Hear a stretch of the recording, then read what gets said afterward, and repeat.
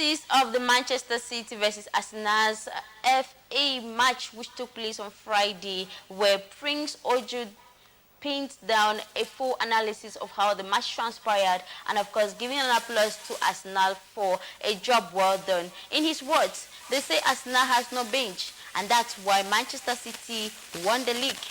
Arsenal went ahead to Manchester City with 6 changes to their starting 11, including an entire defense of benches, yet Haaland and Manchester City's fundamental attacks could not penetrate Arsenal's defense.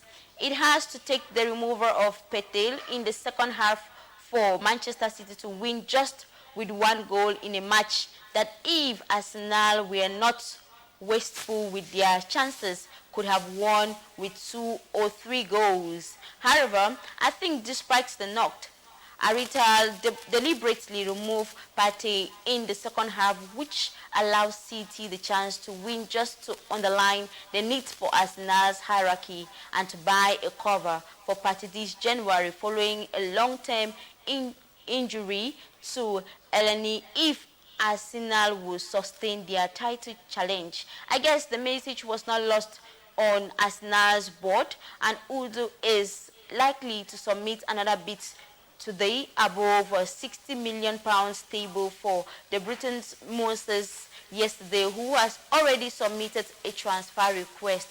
And in all, apart from those who want to troll because they just can't help themselves from the fear of Arsenal tormenting them, anybody who knows football saw that of Friday night, that neither Man City nor any other club in England can best defeat Arsenal presently. And if Arsenal can go to Man City with 6 changes to their starting 11, including a whole defense of benches, and still could easily have won the away game by 3 goals, had Arsenal taken their chances, then one can imagine what Arsenal would do to Manchester City at the Emirates with full complement of their first 11. That's why you see the quietness on social media for even die-hard Arsenal strollers. Their worst fears was confirmed at the game of Friday, that Arsenal is unbeatable at the moment. It should be noted that this game or this match ended with Manchester going home celebrating with 1 win over Arsenal having 0. So that was it of the match that took place on Friday between Manchester City and Arsenal. This was an analysis done by Prince Ojo, bringing us details of what transpired there. And in Cameroon, we also talk how the FIFA Women's World Cup playoff will kickstart very soon, and the final list of the players to take part in the upcoming game has been made public. The list, which comprises of 23 female players, was made public yesterday, that's January 27th, 2023, by the Gabriel Zambo, head coach of the Cameroon senior women's team, and the 2023 FIFA Women's World Cup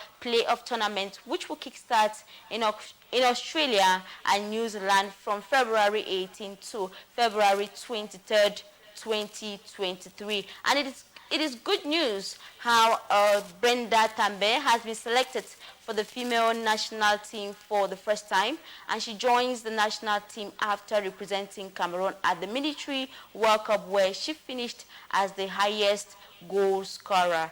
It should be noted that Brenda Tambe is the most paid female player in Cameroon's Women League, baptized Guinness Super League, and she plays for Lekki Fall. So we say congratulations to Brenda Tambe and a handful of other women who were selected for this FIFA tournament coming up. We are happy that the list has been sent out, and we are also happy that they are gearing towards this FIFA tournament coming up in February. As usual, we know that our Lionesses will always make us proud. So we are keeping our fingers crossed, and we are excited. We are hopeful for the future, because we know it's going to be bright and they are going to bring more victory on table. That article takes us to the end of today's edition of our live newscast, and we encourage you to do well to follow us on our YouTube channel, which is CMTV Buzz. Subscribe for more entertainment news Thank you so much for devoting your time to watch. We say thank you to Madam Christina Nabila, who was our technician for today. Thank you to Mr. Fozo Oliver, who assisted us technically. General supervision came in from Bobo Kwanchamba. And for presentation, I was Gracious Berinyu. Till we meet again, keep watching CMTV for more news.